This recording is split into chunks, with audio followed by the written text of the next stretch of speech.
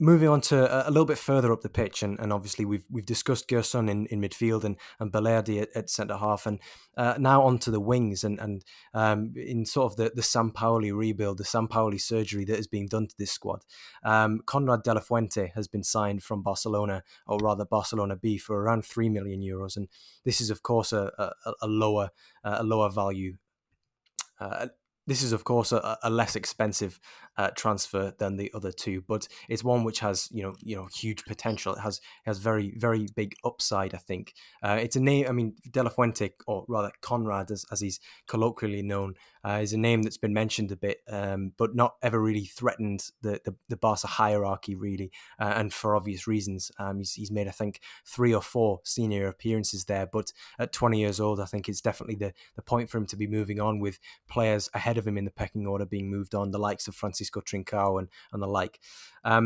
But obviously this summer, with Barcelona's financial situation, they've needed the cash, and no matter how small those injections are, 3 million will certainly benefit them, even in very small terms. I think for Marseille, though, 3 million is a good deal, because this is a player who's been very highly rated.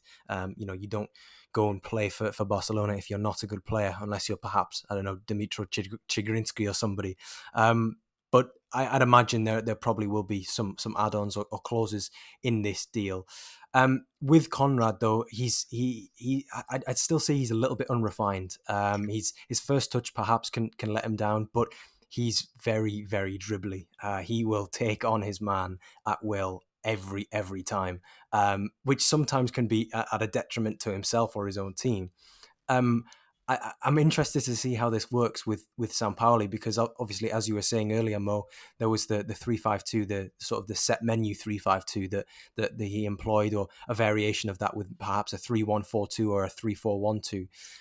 I think in those wide positions, I'm not entirely sure he'd be secure in defensive phases. I think there needs to be some work done there, unless you thought that there wasn't really going to be too much emphasis on defending for those advanced wide players in the season to come. I certainly think it's an exciting move. It's somewhere where I think he definitely will get the opportunity to play regular football. But I'm intrigued to see what kind of role you think that he's going to play under Sampaoli. Absolutely. I think this might be a case of player trading in play. I mean, there's no sort of obvious, perhaps, reason why De La Fuente has been signed, maybe in particular to sort of be the key winger. But again, this is a move that doesn't seem high risk.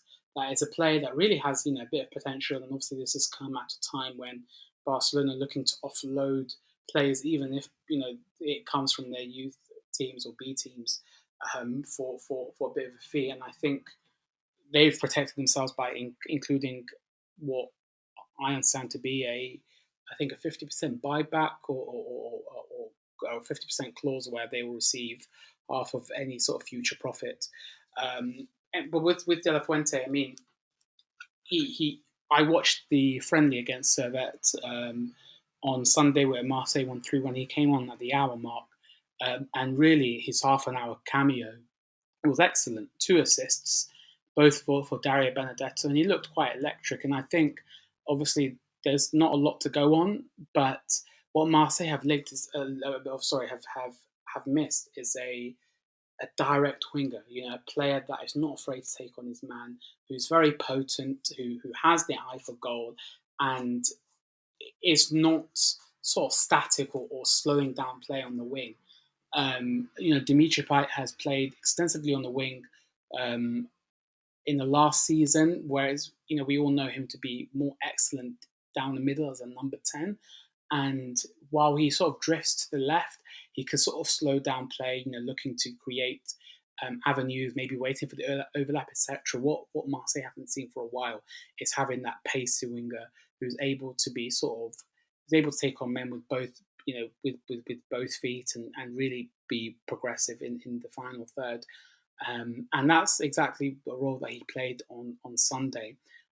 He very well may replace Nemanja Radonjic, who was signed 2 seasons ago and who's been loaned out to Hertha Berlin in January. He's somebody that Marseille might seek to cut his losses, because while he did have sort of a bit of a renaissance in his performance before he moved to Hertha, I don't think that there's anything there. Obviously, with Fuente, a very low cost player, a player that has his own sort of career objectives on the fringes of the USMNT.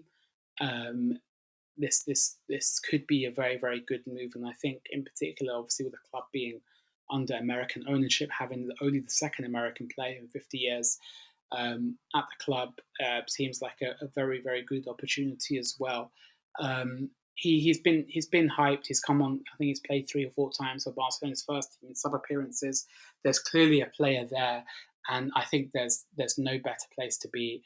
Um, with a coach like Sampaoli, a coach that really puts attacking football on the forefront and really gives you the tools to develop. So let's see how it goes. I mean, there's going to be tougher friendly fixtures coming up, which he's expected to be sort of in the forefront. They are against Braga and Benfica, and then Villarreal come to Marseille in a couple of weeks before the season begins. So it'll be good to see, sort of where he's at